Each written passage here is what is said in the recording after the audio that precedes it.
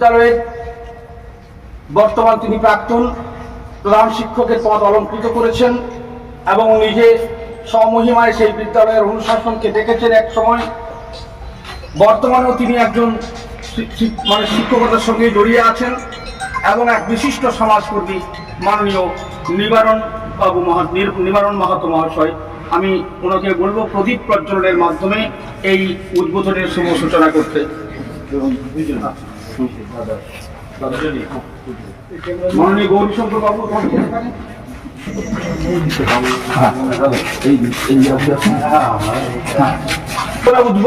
উদ্বোধন হচ্ছে আমাদের এই বছরের প্রদর্শনী গর্বের ভারত। সবাই সাধুবাদ জানাবে।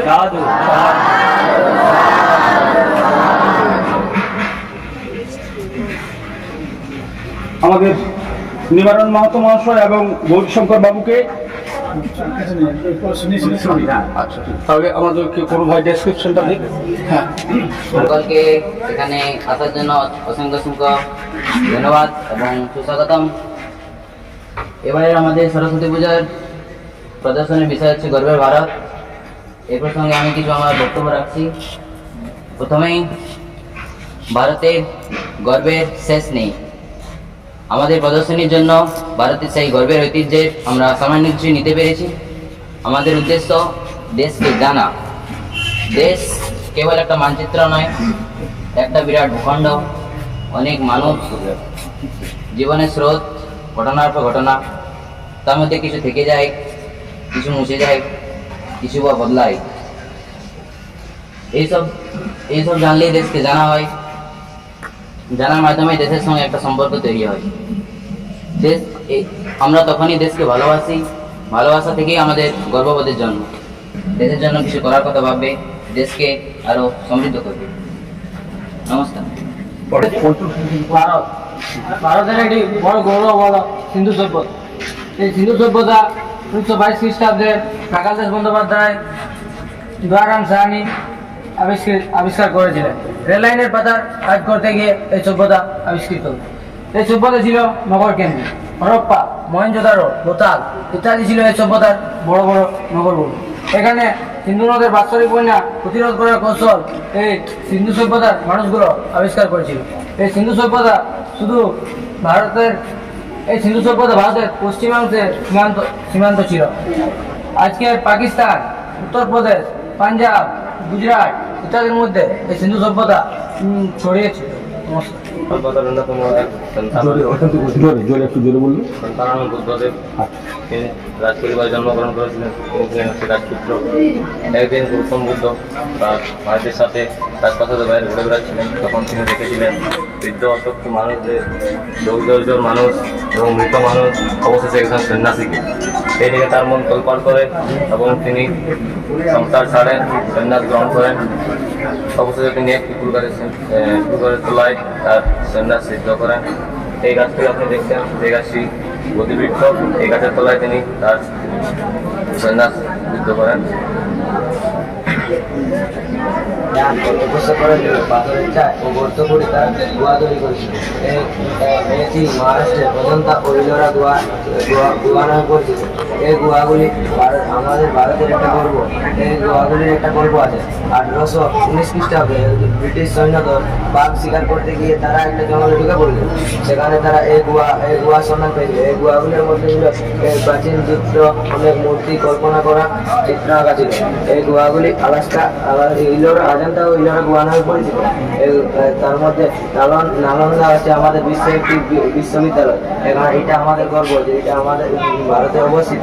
এখানে 10,000 জন ছাত্র এবং 2,000 জন শিক্ষক এখানে পড়াতেন। তার মধ্যে দুজন ছিল অতীশ দীপঙ্কর ও শ্রী ভদ্রশ্রী, এখানে প্রধান শিক্ষক।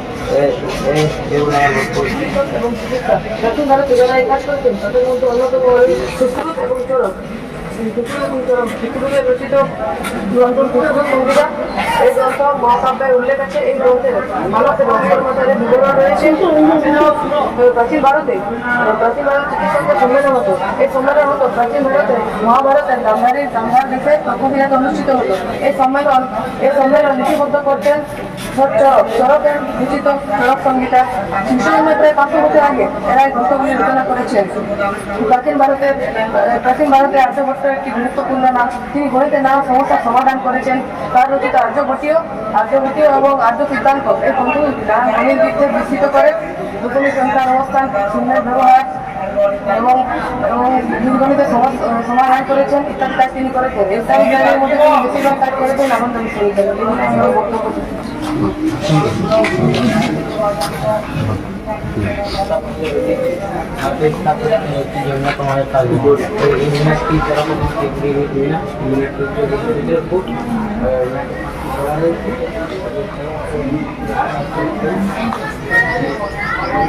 জোরে বলবেন।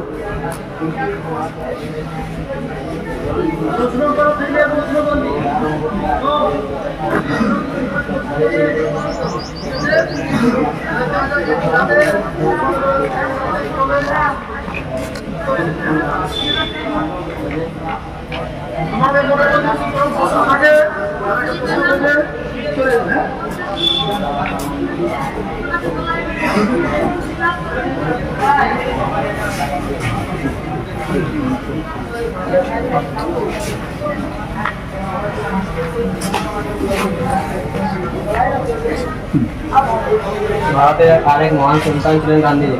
আধুনিক পৃথিবীর উল্লেখযোগ্য মানুষের মধ্যে তিনি হয়েছেন। তিনি সারা জীবন সত্য নিয়ে এবং অহিংসার মধ্যে চলেছেন। তিনি কোনোদিন অন্যায়কে মেনে নেন। তার জন্য ব্রিটিশ তাকে অনেকবার জেলে পাঠিয়েছে।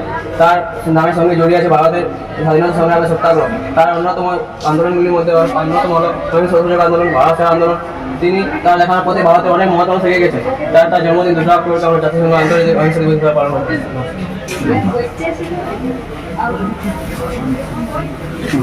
প্রথম ভাষা হলো বাংলা। এই বাংলা ভাষা বিশিষ্ট কবি রবীন্দ্রনাথ ঠাকুর 1913 সালে সাহিত্যিক নোবেল পুরস্কার পান। তিনি এশীয় মহাদেশের প্রথম নোবেল বিজয়ী। তার সন্ত্রাসীদের সমগ্র বিশ্বের কাছে শিক্ষা, শিল্প ও সংস্কৃতির জন্য পরমাবশ্যক। 1893 সালে আমেরিকার চিকাগো শহরে উজ্জ্বল কমলা রঙের পোশাক পরে একজন ভারতীয়। সেই ভারতীয়র উপরে সবার নজর গড়িয়েছিল। স্টেজের পাশে সেই লোকটি যখন স্টেজে উঠে সর্বপ্রথম বলল, আমার আমেরিকাবাসী ভাই ও ভগ্নীগণ, তখন সবাই হাততালিতে হল ফেটে গেল। তিনি হলেন আমাদের ভারতের স্বামী বিবেকানন্দ। আজ স্বামী বিবেকানন্দের জন্যই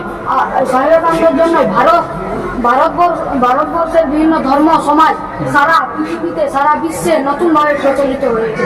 এজন্য আমরা স্বামী বিবেকানন্দকে শ্রদ্ধা করি। প্রাচীন যুগ থেকে ভারতের বিজ্ঞান সারা পৃথিবীকে সমৃদ্ধ করে। এই সমৃদ্ধির কারণটি হল ভারতের বিখ্যাত বিজ্ঞানী এবং গণিতবিদদের মধ্যে ছিল রাধানাথ সিকদার। ছিলেন একজন বাঙালি গণিত, যিনি মাউন্ট এভারেস্টের উচ্চতা মাপেন অঙ্ক কষে, যাকে আমরা মাউন্ট এভারেস্ট বলছি। তিনি জরিপ সংক্রান্ত বিষয়ে গণিতের নানা সূত্র তৈরি করে এই উচ্চতা মাপেন। এই গণিতের দক্ষতার জন্য ব্রিটিশরা তার ভূয়সী প্রশংসা করে। জার্মানি ফিলোসফিক্যাল সোসাইটির সম্মানীয় সদস্য পদ তিনি লাভ করেন। আরেকজন বিজ্ঞানী ছিলেন আচার্য জগদীশ চন্দ্র বসু। তার হাত ধরে ব্যবহারিক বিজ্ঞানের সূচনা হয়। তিনি 1895 খ্রিস্টাব্দে অধিক ক্ষুদ্র তরঙ্গ তৈরি করে বিনা তারে এক ঘর থেকে অন্য ঘরে শব্দ পৌঁছে, যাকে আমরা রেডিও বলে চিনি। তিনি উদ্ভিদ উত্তেজনায় সারাদিন একথা প্রমাণ করে পুরো বিশ্বকে চমকে দিয়েছেন।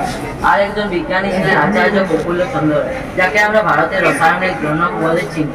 তিনি মার্কিউস নাইট্রাইটের আবিষ্কারক ছিলেন, যার জন্য তিনি এখনো পর্যন্ত বিখ্যাত রয়েছে। বিজ্ঞানী আইনস্টাইনের সঙ্গে সমতুল্য একজন বিজ্ঞানী হলেন ভারতের সত্যেন্দ্রনাথ বসু। ভারতেই জন্মগ্রহণ করেছিলেন মেঘনাথ শাহ, সিভি রমন, হরগোবিন্দ খোরানে, প্রশান্ত দাস মহালম, যাদের কাজ পুরো পৃথিবীকে সমৃদ্ধ করেছে।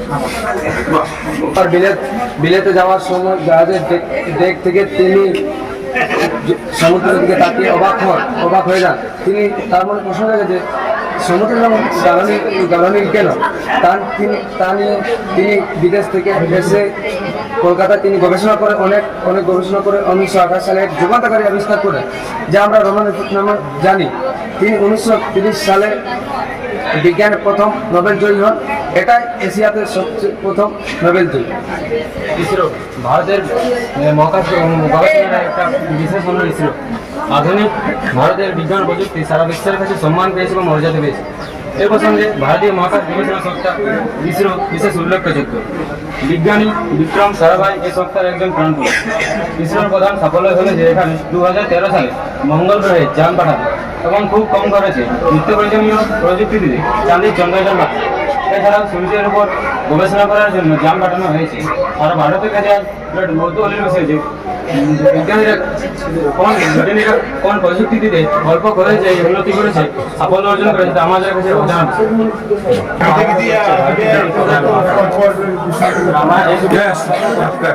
রচনা করা হয়েছিল। রামায়ণ রচনা করেছিলেন বাল্মীকি এবং বাংলায় অনুবাদন করেছিলেন কীর্তিবাসন।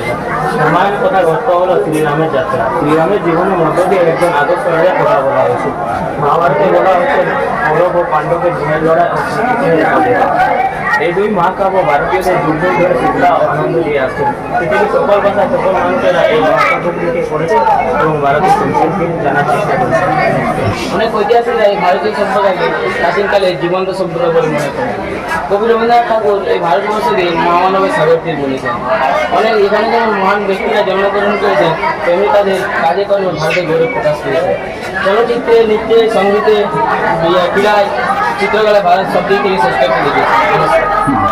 পূর্ব পশ্চিম উত্তর দক্ষিণ মিলিয়ে ভারতের ভাষা, ধর্ম, শিল্প সংস্কৃতি, খাদ্যাভ্যাস, পোশাক পরিচ্ছন্ন এক এক অঞ্চলে এক এক রকম। কিন্তু তা সত্ত্বেও বিবিধের মাঝে মিলন মহানের ঐক্য রয়েছে। সব বৈচিত্র্য মিলে একটা পূর্ণ রূপ হলো আমাদের ভারতবর্ষ, যার গৌরব চিরকাল ধরে রয়েছে।